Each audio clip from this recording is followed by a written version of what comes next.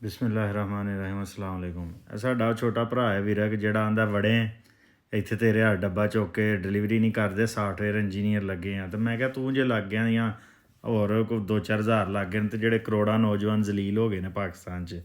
ਲੇਕਿਨ ਵਿਰਕ ਸਾਹਿਬ ਸਮਝਦੇ ਨਹੀਂ, ਕਿਉਂਕਿ ਕੰਪਿਊਟਰ ਸਾਇੰਸ ਦੇ ਸਟੂਡੈਂਟ ਨੇ ਤਾਰੀਖ ਨਾ ਪੜ੍ਹੀ ਨਹੀਂ, ਆਲਮੀ ਤਲਕਾਤ ਕੁਛ ਨਹੀਂ ਪੜ੍ਹਿਆ, ਸਾਮਰਾਜ ਦੀ ਤਾਰੀਖ ਨਹੀਂ ਪੜ੍ਹੀ, ਕੌਮਾਂ 'ਤੇ ਕਬਜ਼ੇ ਕਿੰਝ ਹੁੰਦੇ ਨੇ। ਫਿਰ ਆਉਂਦੇ ਨੇ ਜੀ ਪੰਜਾਬ ਵਿੱਚ ਹਜ਼ਾਰਾਂ ਨੌਜਵਾਨ ਨੇ ਜਿਨ੍ਹਾਂ ਕੋਲ ਗੁਰਬਤ ਦੇ ਸਾਈਕਲ 'ਚੋਂ ਬਾਹਰ ਆਉਣ ਦਾ ਇੱਕੋ ਹੀ ਹੱਲ ਹੈ ਕਿ ਉਹ ਅੰਗਰੇਜ਼ੀ ਸਿੱਖਣ ਅਤੇ ਬਾਹਰ ਦੇ ਮੁਲਕਾਂ ਅਤੇ ਲੋਕਾਂ ਨਾਲ ਕੰਮ ਕਰਕੇ ਡਾਲਰ, ਪਾਉਂਡ ਅਤੇ ਯੂਰੋ ਕਮਾਉਣ।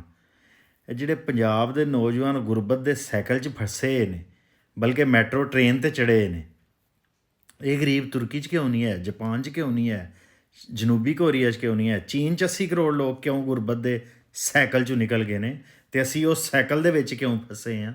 ਇਸ ਗੱਲ 'ਤੇ ਕਦੀ ਨਹੀਂ ਤੁਸੀਂ ਸੋਚਿਆ? ਅਤੇ ਜੇ ਚੰਦ ਹਜ਼ਾਰ ਲੋਕ ਇੰਗਲਿਸ਼ ਸਿੱਖ ਕੇ ਉਸ ਸਾਈਕਲ 'ਚੋਂ ਨਿਕਲ ਜਾਣਗੇ ਅਤੇ ਜਿਹੜੇ ਕਰੋੜਾਂ ਫਸੇ ਨੇ, 26 ਕਰੋੜ ਲੋਕ ਜਿਹੜੇ ਫਸੇ ਨੇ ਉਸ ਸਾਈਕਲ 'ਚੋਂ, ਜਿਸ ਉਸ ਸਾਈਕਲ ਦੇ ਵਿੱਚ ਸਿਰਫ ਐਚੀਸਨ, ਲਾਹੌਰ ਗ੍ਰਾਮਰ, ਕਰਾਚੀ ਗ੍ਰਾਮਰ ਦੇ ਲੋਕ ਹੀ ਉਸ ਸਾਈਕਲ 'ਤੇ ਚੜ੍ਹ ਕੇ ਬਾਹਰ ਆਈ ਜਾਂਦੇ ਨੇ, ਬਾਕੀ ਤਾਂ ਸਾਈਕਲ 'ਚ ਫਸੇ ਨੇ, ਉਹਨਾਂ ਨੂੰ ਨਹੀਂ ਕੱਢਣਾ। ਯਾਰ ਮੇਰੀ ਗੱਲ ਸੁਣੋ, ਤੁਸੀਂ ਅਕਲ ਨਾਂ ਦੀ ਤੁਹਾਡੇ 'ਚ ਕੋਈ ਚੀਜ਼ ਨਹੀਂ ਹੈ। ਤੁਸੀਂ ਜਾ ਕੇ ਚਾਈਨਾ ਦੀ ਸਰਕਾਰੀ ਜ਼ਬਾਨ ਵੇਖ ਲਓ, ਜਾਪਾਨ ਦੀ ਵੇਖ ਲਓ, ਜਰਮਨੀ ਦੀ ਵੇਖ ਲਿਓ, ਜਨੂਬੀ ਕੋਰੀਆ ਦੀ ਵੇਖ ਲਓ। ਸਰਕਾਰੀ ਜ਼ਬਾਨ ਔਰ ਤਲੀਮੀ ਜ਼ਬਾਨ ਹਰ ਕੌਮ ਦੀ ਆਪਣੀ ਹੁੰਦੀ ਹੈ।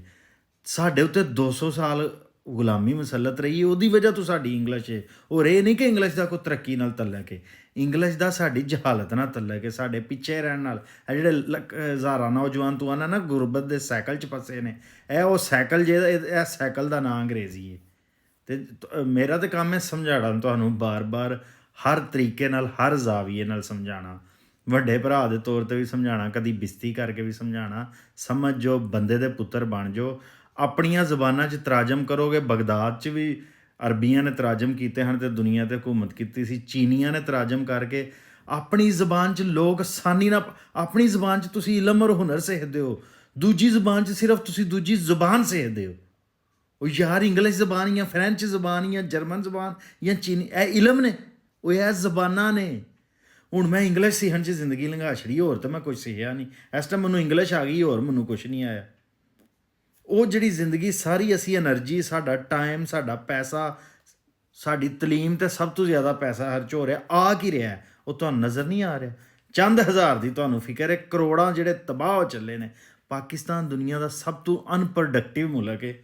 ਜਾ ਕੇ YouTube 'ਤੇ ਵੀਡੀਓ ਸੁਣ ਲਓ, ਮੈਂ ਰੀਸੈਂਟਲੀ ਸੁਣਨ ਟਾਈਟਲ ਪੜ੍ਹਿਆ ਸੀ, most unproductive country of the world. ਪਿਆਰਾ ਪਾਕਿਸਤਾਨ ਕਿਉਂ?